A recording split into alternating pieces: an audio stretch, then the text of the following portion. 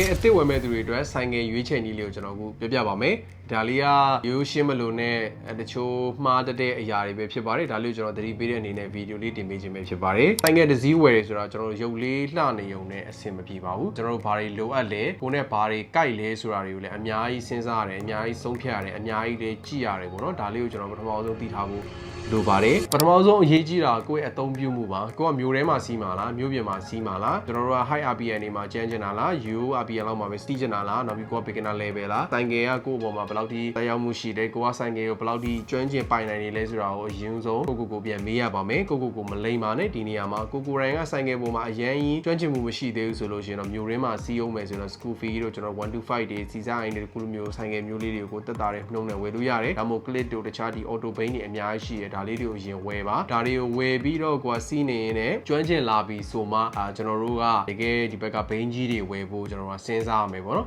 လောလောဆယ်ကျွန်တော်ဆိုင်ကယ်အသစ်ဝယ်မယ်ဆိုလို့ရှိရင်ကိုယ့်ရဲ့ကျွမ်းကျင်မှုပေါ်မှာမူတည်ပြီးတော့ကိုကဆိုင်ကယ်မျိုးစားရွေးချယ်ရမှာပဲဖြစ်ပါတယ်နောက်ပြီးကိုကကျွမ်းကျင်နေဆိုရင်တော့ကျွမ်းကျင်တယ်လို့ဘိန်းကြီးတွေစီးလို့ရတယ်လို့မကျွမ်းကျင်ဘူးဆိုလို့ရှိရင်ကျွန်တော်ဘိန်းသေးလေးတွေနဲ့ပဲအရင်ဆုံးလေ့ကျင့်တာကိုတက်ပို့ပြီးတော့ကောင်းပါတယ်နောက်ထပ်တစ်ချက်ကကြတော့ဘာလဲဆိုတော့ကျွန်တော်တို့ဆိုင်ကယ်ပေါ်ခွာလိုက်တဲ့အချိန်မှာကိုယ့်ရဲ့ခြေထောက်ဒီဆိုင်ကယ်မြေကြီးနှစ်ဖက်နဲ့လုံးလုံးလောက်ထိနေမှရပါမယ်ဒါကျွန်တော် beginner အတွက်ကိုပြောတာပေါ့နော်တချို့စီးတက်ပြီးသားလူတွေ experience တော်တော်များများရှိပြီးသားလူတွေတို့ကိုကျွန်တော်ရည်ရွယ်ပြီးပြောတာမဟုတ်ဘူးဒါ beginner level ပဲခုမှဆိုင်ငယ်စစီးမယ်ခုမှဆိုင်ငယ်အသစ်ဝယ်မယ်ဆိုတဲ့သူတွေကိုကျွန်တော်ရည်ညွှန်းပြီးပြောတာပဲဖြစ်ပါတယ်အဲ့လိုမျိုးဆိုလို့ရှိရင်ကျွန်တော်ဆိုင်ငယ်ပေါ်တက်လိုက်တဲ့အချိန်မှာခြေထောက်နှစ်ဖက်ဒီတတိကြကြထိထိမိမိလေးထိနေဖို့လိုအပ်ပါတယ်ဘာလို့အဲ့လိုမျိုးမထိနေလို့ရှိရင်အဆင်မပြေဘူးလဲဆိုကျွန်တော်တို့မီ point တွေမှာရက်တဲ့ခါအဆင်မပြေတာမျိုးဖြစ်တတ်ပါတယ်ကျွမ်းကျင်တဲ့လူတွေကတော့ကျွန်တော်ဖင်တချမ်းစောင်းပြီးတော့အဲ့လိုမျိုးထောက်ကြပါတယ်ဒါအရင်ကျွမ်းကျင်သွားတဲ့သူတွေဆိုလို့ရှိရင်အရက်နဲ့မဆိုင်တော့ပါဘူးဒါပေမဲ့ဒါက beginner level ဖြစ်တဲ့အတွက်ကျွန်တော်စီးမယ်ဆိုလို့ရှိရင်အခုလိုမျိုးခြေထောက်အနေအမြင့်ညီမ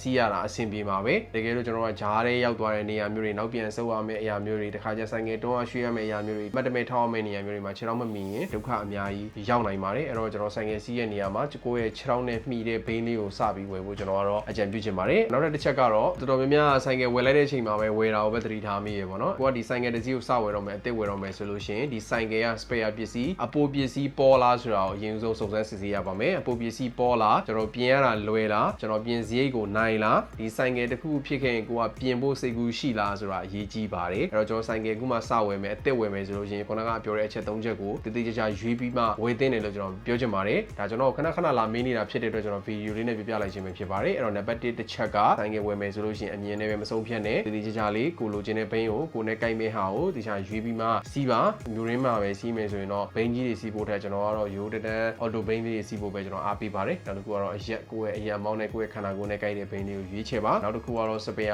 ပစ္စည်းဒီလိုမျိုးအပိုပစ္စည်းပေါ်မပေါ်ကိုတတိထားပြီးကြည့်ပါအပိုပစ္စည်းမပေါ်လို့ရှိရင်လည်းကိုယ်ဆိုင်ကကြီးရမစီးရပဲနဲ့ကြောင်းထိုးထားတတ်ရပါတယ်ပေါ့နော်အဲ့တော့အခုပြပြသွားတာလေးတွေမိတ်ဆွေတို့အတွက်အထောက်အကူဖြစ်တယ်ဆိုလို့ရှိရင်ကျွန်တော် follow လေးနဲ့ခက်လို့ရပါတယ်ကျွန်တော်နာမည်ကိုဆိုင်မှာ page နာမည်တော့ Burmese area ပါ daily ဆိုင်မျိုးလည်းကျွန်တော်ပေးထားပါတယ်တော့နောက်ထပ်အခုလိုမျိုးဘူးတူတရစရာဗီဒီယိုလေးကြည့်ချင်တယ်ဆိုလို့ရှိရင် follow လေးလုပ်ခဲ့ပေးပါကျွန်တော်ဗီဒီယိုလေးပုံမှန်တင်ပေးပါမယ်ကျေးဇူးအများကြီးတင်ပါတယ်ခင်ဗျာ